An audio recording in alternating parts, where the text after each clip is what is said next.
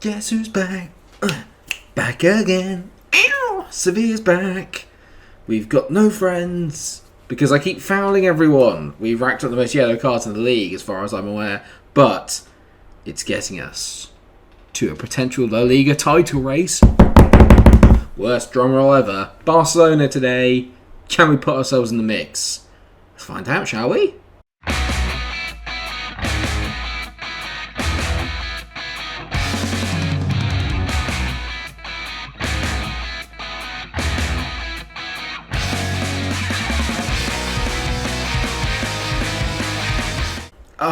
Because my dear friends / viewers, look at the sea of green. Look at it. I'd like to clarify, I see you all as friends, but you might not want to be my friend, so it's fine. Either way, though, get excited, because after the last time that we met, where we beat Valencia and Granada, we beat Vallecano, beat Eibar, drew with Coruña, which was not our best moment, but then managed to overturn a deficit to beat Albacete in our Spanish Cup first round. We're going to be playing Logroñés in the second round, but more importantly before that is the Barcelona game, because Barcelona are currently top, tying with Real Madrid, but Madrid have played a game more. We have a game in hand. We're only 4 points behind both of them, so beat Barcelona, we reduce that gap to 1. Lose, and Valencia win their game, and then we drop to 4th, but we've got a nice cushion between us, Atletico Madrid, Real Sociedad, and the rest of the other teams that are going to be chasing that Champions League spot. Remember,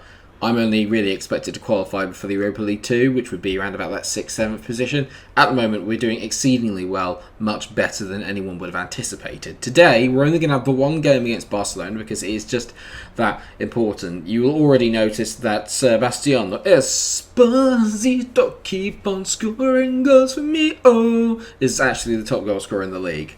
Adam Cech, though, is second in the average rating department. That's how good he's been. It's always a big game when you play Barcelona. We are going to go through their team properly because they've got some absolutely sensational players, it is worth saying, including a player we're all very familiar with in Brian Vermeesch, who was at Atalanta and scored against me on the regular while I was against Fiorentina, and you can see why. He is world class. He's better than world class, but he is elite. Is elite better than world class, or is world class better than elite?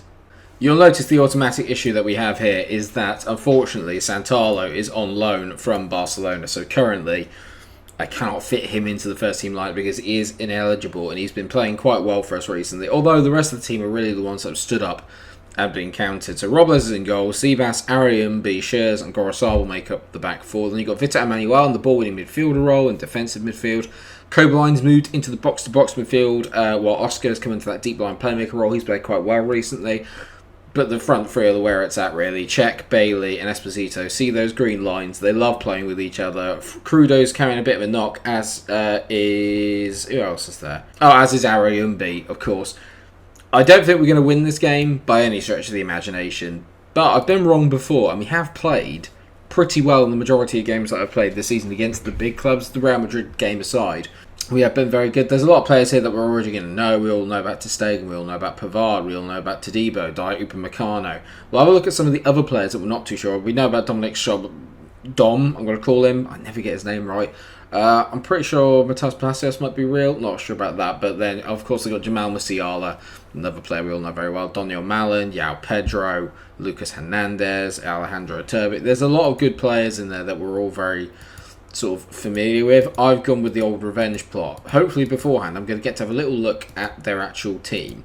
I will get on to looking at their players, but there's a highlight straight away, so I'm already a little bit nervous. But we have been very, very good so far. We're still not really at the Real Madrid and Barcelona levels. Maybe not even Atletico Madrid, despite my pretty decent record against them.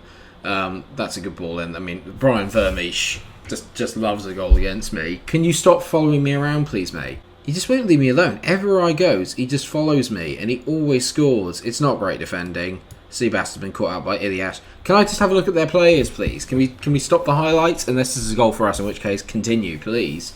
Palacios hits the ball into the middle. Dom, I'm just going to call him Dom, chips over the top to Jamal Musiala. It's 2-0 within the space of 5 minutes. 2-0 within 5 minutes.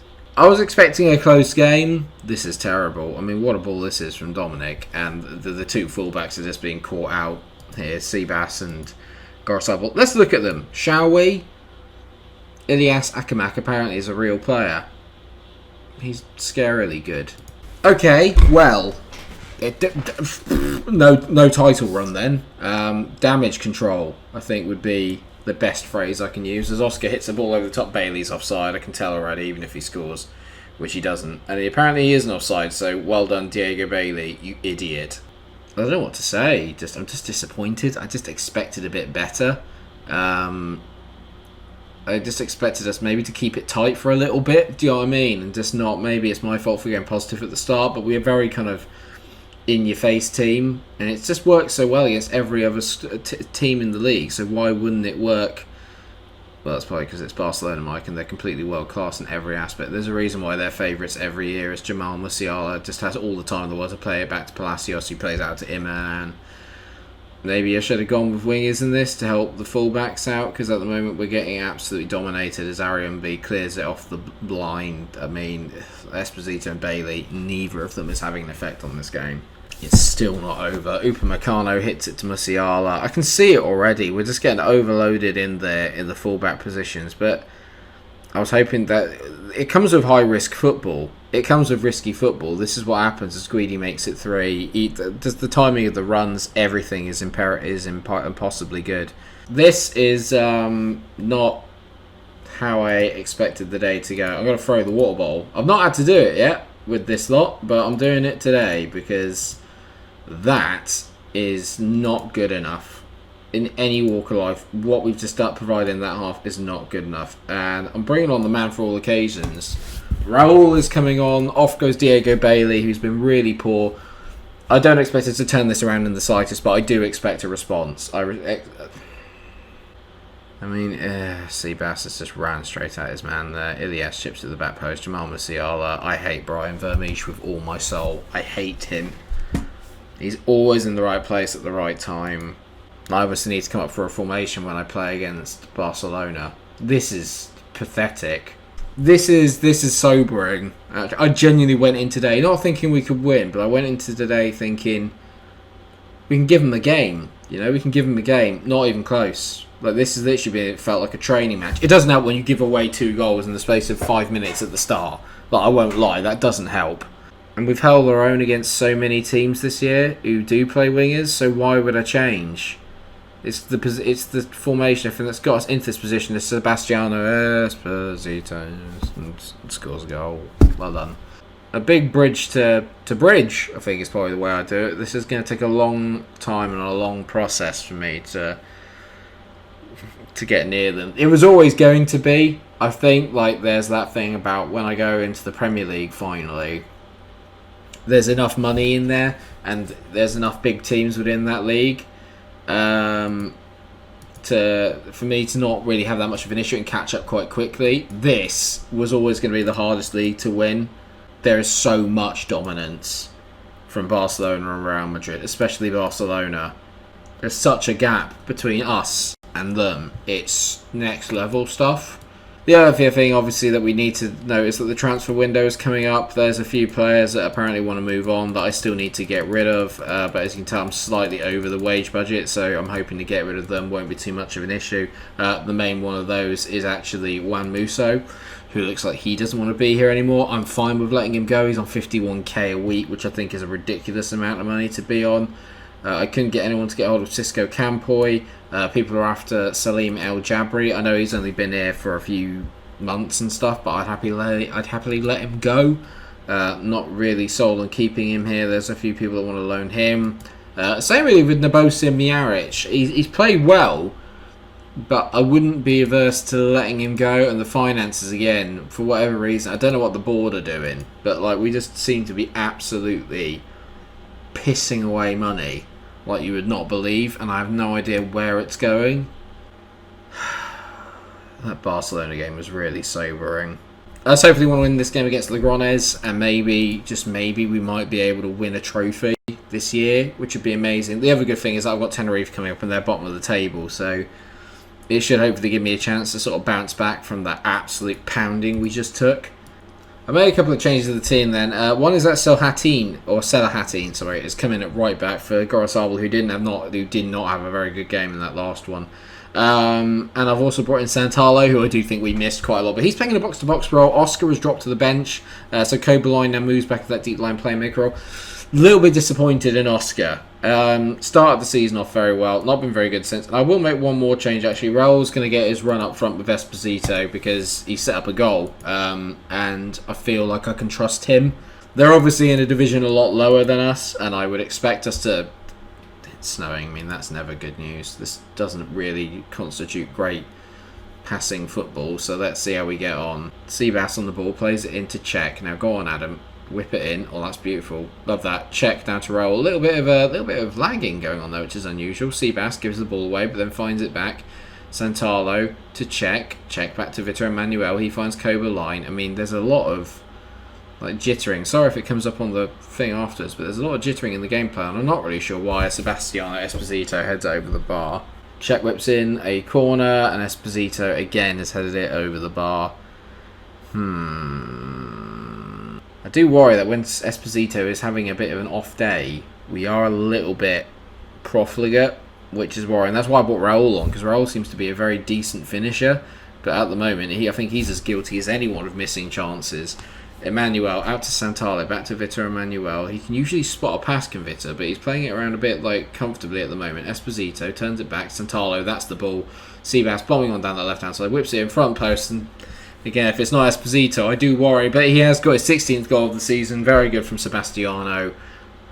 I mean, the one good thing I can say is towards the end of the season, a lot of the teams that we are competing against, like your Atleticos, your Barcelonas, your Real Madrids, they're going to have European football. Even teams like Sociedad and Betis and all these, they're going to have European football to worry about. We don't have that to worry about. So theoretically, we should always be fresher. That's the one thing I'm going to say about it is a good point compared to last season, is that at least we're going to be a bit fresh when it comes to all these big games later on in the season. We should hopefully have the fitness to just get through. The thing, I don't want to have got us into this position and then let it slide, because we've been that good, as Raul finishes a brilliant ball from Koberline. Unfortunately, Raul was standing at least 10 yards offside. I mean, in terms of performance, I couldn't really ask for more from the boys. They've given it a lot, and we've played really well, but it's only 1-0. 17 shots and only 6 on target.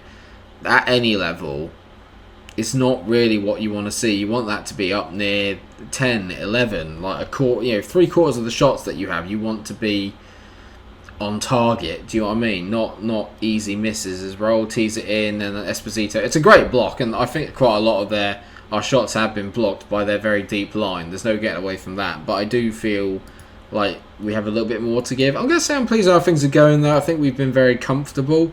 They've offered nothing as an attacking threat in the slightest. So what I'm going to do is I'm going to bring Oscar on, and I'm actually, instead of deep line playmaker, I'm going to get him playing as an advanced one. Let's get him a little bit further up the pitch. I think we can probably afford to let another man get involved and maybe just operate a little bit further up the pitch, make a little bit more happen.